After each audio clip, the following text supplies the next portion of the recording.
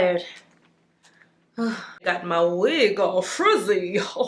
Hey you guys, welcome to my channel. Ellarie with Rihanna vibes here. Today's tutorial is of course Rihanna inspired. I literally seen this picture of her right here this morning when I woke up. It just lifted my spirits immediately and I was like, yes, I'm doing that today. Not tomorrow, but today. I try to be very similar when I'm doing inspired looks, but still putting my own vibe on it. So that's what I tried to do here. She probably had on some like Versace or something. This is from Amazon. It's like my swimsuit cover up, but it's still got the snake skin. Like, I tried.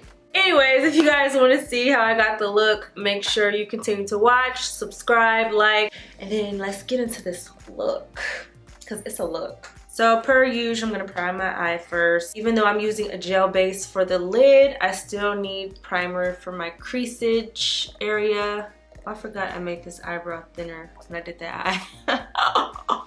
I gotta make my eyebrow thinner on this side now because this one is sticky, thick, girl. And I'm kind of going below my natural hairline a little bit so that when I brush them up, you can see the hairs fray a little bit. I do have some tape here, so I'm going to place some on the other side, kind of angled up towards the tip of my brow. Now I'm going to use a gel base to kind of make the blue pop a little bit more. I'm using Inglot 77 pot. Mine's a little dried out, but I couldn't find my Duraline, so I just worked with it. And I'm just using a flat synthetic brush, and I'm going to rub this all over my lid in a wing shape. And around the edges right here, I'm just going to kind of flare them out so that it's not so harsh, and it helps me blend this area a little better. And I'm gonna blend out that transition even more with Morphe's small taper blending brush. And I'm just going over the transition area with the brush to blur it out. All right, now I'm taking another flat synthetic brush. This one is by Motives. And I am going into, I don't know if it's Midnight Bolt or Space Out. This blue shade right here. And I'm gonna place this all over my lid except for the outer V. And I kind of placed an additional layer on the center. So then when I got to this part, I was like, I think it's too blue, like too midnight blue. Hers had like, it seemed like kind of a little bit of turquoise.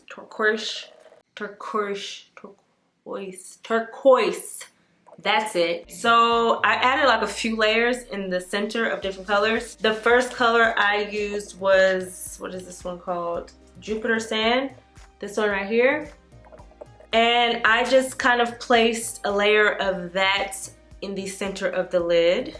And then I was like, ooh, that's a little better, but I'm still missing some brightness in the center. So I used Milky Way first, this one, and I placed that in the center of the lid, but more towards where the lashes are. And then I went right on top of that same area with Ozone.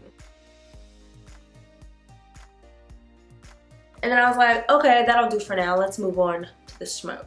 So if you're not new to my channel, you know that I love Melt Cosmetics eyeshadows. They're pretty bomb. This one right here, Rust, is one of my faves. I travel with this one a lot. So I switched between Dark Matter and Rust to smoke out my crease area. But first I'm going into the black Dark Matter shade and my small taper blending brush, and I'm just gonna go over the outer V to darken it up and kind of dragging this in towards my crease. Make sure you go over the tape so that you get that sharp line when you remove it. Then I used Sigma's E25 blending brush and dipped it into Rust and went kind of right above the black where the transition area is and blended that out until it got as smooth and smoky as I wanted it to look. You kind of just have to go back and forth with the colors and the brushes to make sure everything transitions smoothly.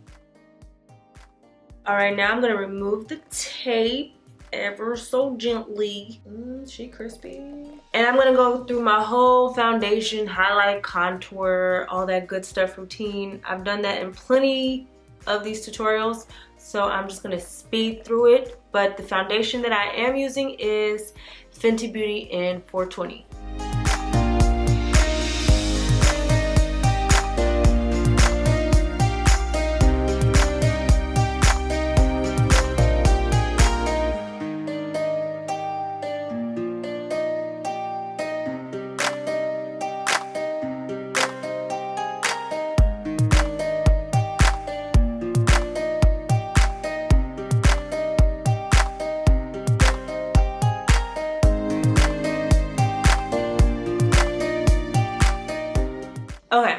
finishing up the other eye now. I'm gonna take my LA Girl Very Black eye pencil, one of my faves for my waterline. And I'm gonna heavily line my waterline, and I'm gonna go off onto my lower lash line in the inner corners as a little base for the blue.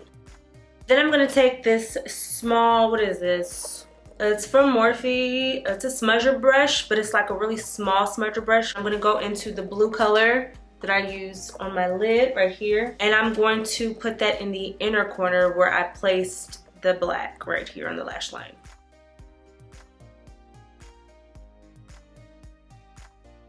Now, as I did with the center of the lid, I'm going to grab this blue that I added as my second color in the center. And I'm using this pencil brush from Dose of Colors. And I am adding that into the inner corners of the eye, kind of right on top of the blue. And then to add a little bit of brightness right here in the inner corner, I dipped into this color right here, Ozone. And I added that into the very inner corner of the eye as well.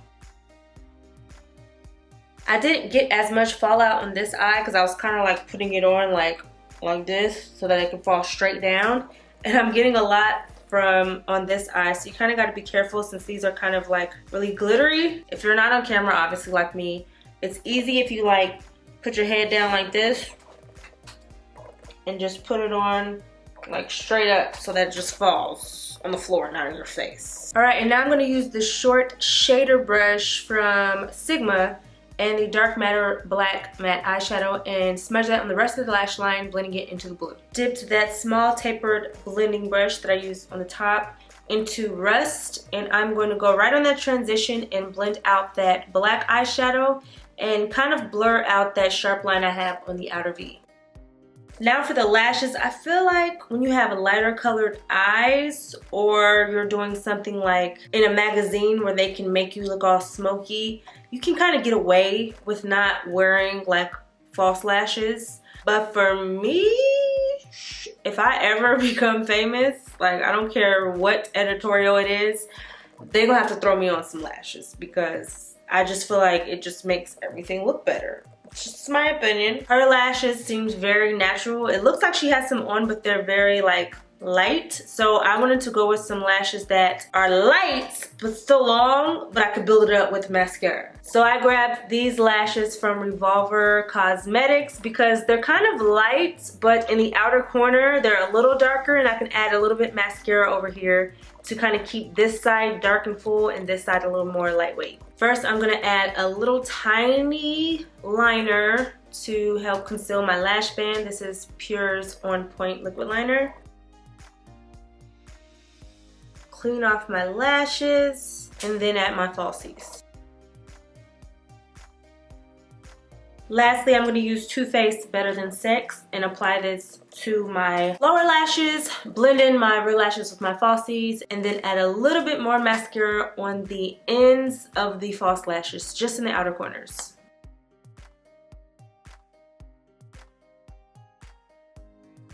Finally, for my lips, I got the Supermoon from the Galaxy collection. Never wore this before. I am gonna add a smidge of a brown liner. I'm using Chestnut by MAC.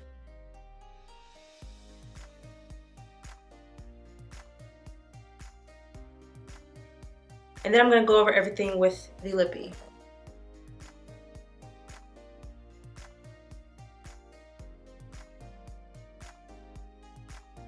And that is it for the look.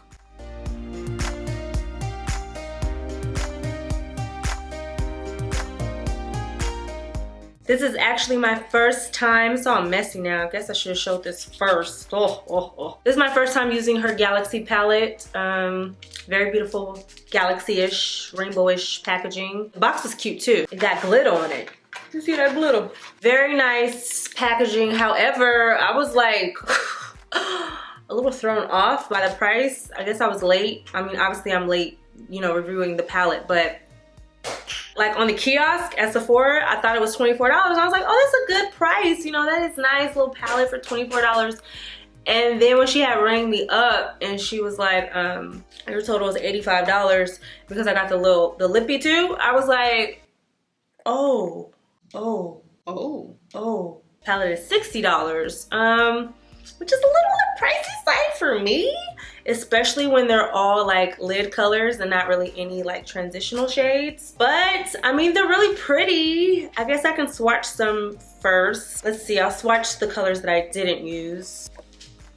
Oh, see, that green is pretty. So here are a couple of swatches of some of the shades that I didn't use, and they actually swatched better than I thought they were. I thought I was gonna need a base underneath them to really show, but I really just did like one finger swatches, and I gotta get this green in my life sometime soon. I didn't use the green today, obviously, but I'm using this in the very near future because it's like shmoney green. It's hella pretty. So, but anyways, getting off task. Overall, for the palette, I feel like the color payoff is really nice. I didn't have as much fallout as I thought I was. I mean, when I was being real sloppy before I put my face on, I obviously got fallout, and because it's kind of glittery, you have to be careful with that.